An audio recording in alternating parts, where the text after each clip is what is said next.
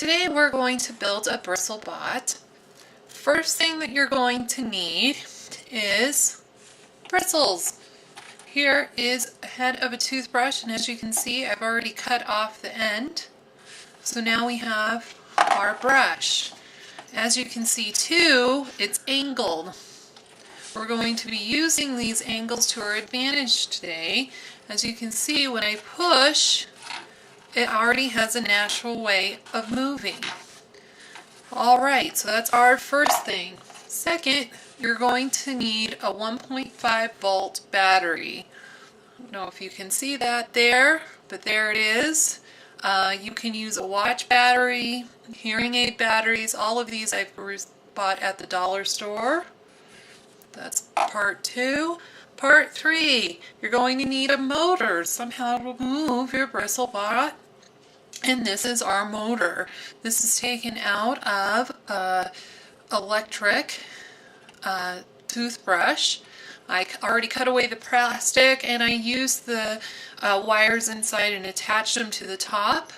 That's very important here. And you want to make sure that this metal keeps contact with the copper. As you can see, there's a little bit of copper up at the top, and that's really important because if you don't have that copper and metal connection, it's never going to feed through the current. So that is our third item. Also, what you're going to need, tape, double stick tape. Now this is artist double stick tape. It's usually used for framing, but it's a lot stronger than most foam tape. You can use that as well.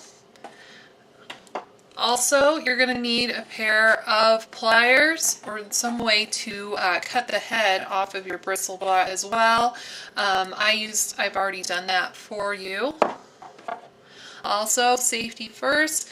So you're going to need glasses. If you already have glasses like I do, you can use these as your safety glasses. If you don't have glasses, then you're going to need to put on some safety glasses. Alright, now that we have all of our items together, we're going to go ahead and start with our bristles here. And as you can see, there's a pretty wide top on top.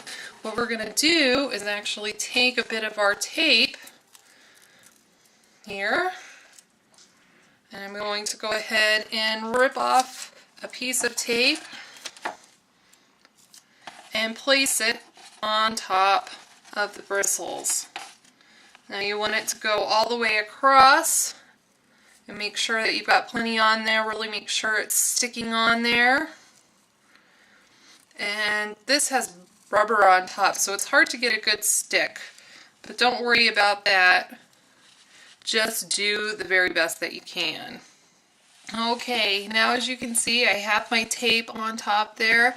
Not the prettiest looking thing in the world, but that's okay because we don't really care about that at this point because this is going to not be seen. Next thing that you're going to want to do is you're going to want to have your motor. Now you're going to want to attach your motor to your Bristlebot, but as you can see there is a part underneath here and you don't want that to interfere with your bot, so make sure that this little part right here does not touch the end because that's going to spin. So I'm going to just attach that there, and now I have some wire. And I'm going to put one piece of wire on the bottom and see how I've got that really attached. Because the next step is I'm going to need to put in my battery. And you want your battery to fit in between the space between the two wires. So go ahead and plop that on down there on top of your tape. Make sure it's got a good stick. And then we're going to put the top wire on top here. And as you can see, it's already starting to move the moment that we do this. It's because it's completing the circuit. So to get it to keep going, you might want to go ahead and tape that on so it's really stuck on there, that top wire right here. Then you can cut off these bottom pieces of wire so it looks really nice. And then we'll do a test of our bot.